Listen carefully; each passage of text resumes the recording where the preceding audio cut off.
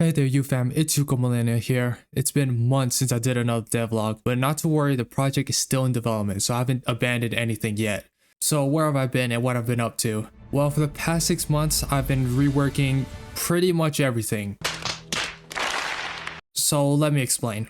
So the old project was running in Unreal Engine 5.2, which is fine, but I decided to upgrade to Unreal Engine 5.5. Now generally, when you upgrade your project's engine version, you really have to have a good reason for doing so because engine upgrades require additional work and testing as the code you're transferring over sometimes break and function unexpectedly. So you need to realize that there's a cost when it comes to upgrading. Now for my main reason for upgrading, aside for some quality of life improvements, was for the additional improvements made to some of Unreal Engine's beta plugins, specifically motion warping. So why is that important? Well, beta plugins in Unreal Engines are plugins that are not ready for shipped projects, meaning that they would work in shipped projects, but the developers need to be cautious when using them as it can cause issues outside of the editor. So when a plugin gets out of beta, it becomes more safer to ship.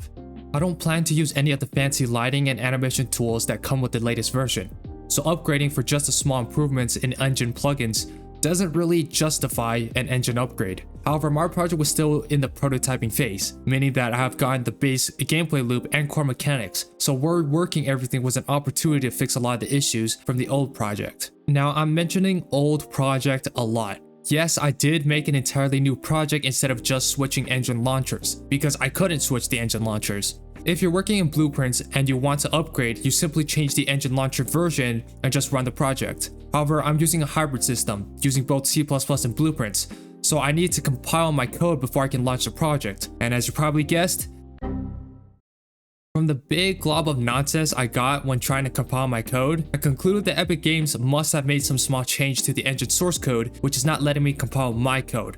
In the past, when you wanted to get a reference to your skeletal mesh, you just grab the variable. Now you have to call a function.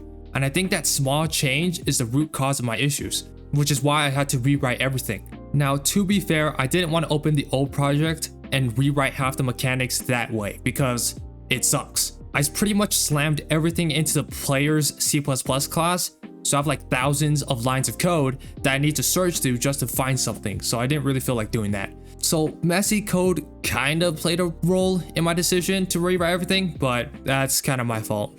So I learned my lesson the hard way, and now in the new project, which is running in Unreal Engine 5.5, everything pretty much changed. I structured out a modular component-based system, so if I wanted an actor to have certain abilities, I would just add a component and they would just work. I also have more control over most of the system, so I can make small changes to the code without needing to close the engine, compile my code, and reopen it.